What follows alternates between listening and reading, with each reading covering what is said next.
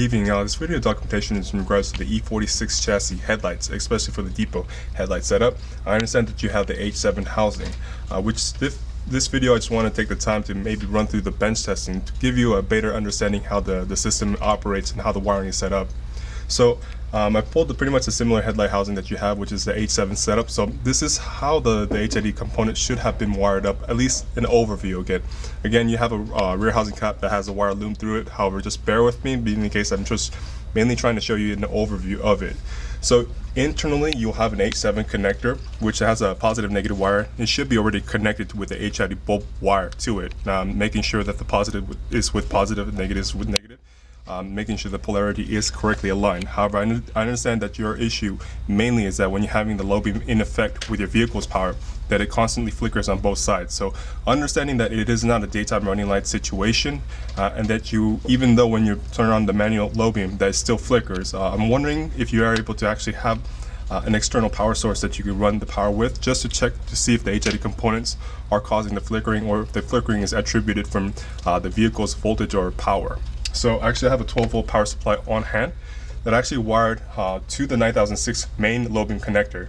Again, this situation or the setup that I've done pretty much mimics how your car vehicle powers the headlights. So everything's closed circuit on the HID component wise, being the case that the A7 connector is connected, the HID ballast wires to the bulb wires are connected, and then the 9006 is already connected with the HID. So again, you'll be utilizing your 9006 connector to the main low beam plug to power the low beam of this headlights, which pretty much these wires, LED clamps, are leading to a 12-volt power supply unit that I'm going to be powering up right now. So power on. You can see that the HID bulb ignites and lights up, no problem, no flickering. Pretty much this is the standard way that we bench test to confirm that the HID components have no trouble operating or it being under load. So this is one way, or the original way that your headlight's set up.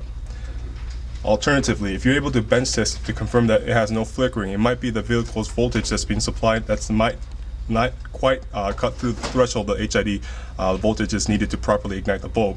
So there's one more thing I wanted to ask to see if you can troubleshoot or bear with me about. So what I'm going to do is I have a simple halogen H7 bulb, which pretty much it can be easily found and easily acquired. So again, if you have a halogen H7 size bulb, which looks something like this, with the base looking like this,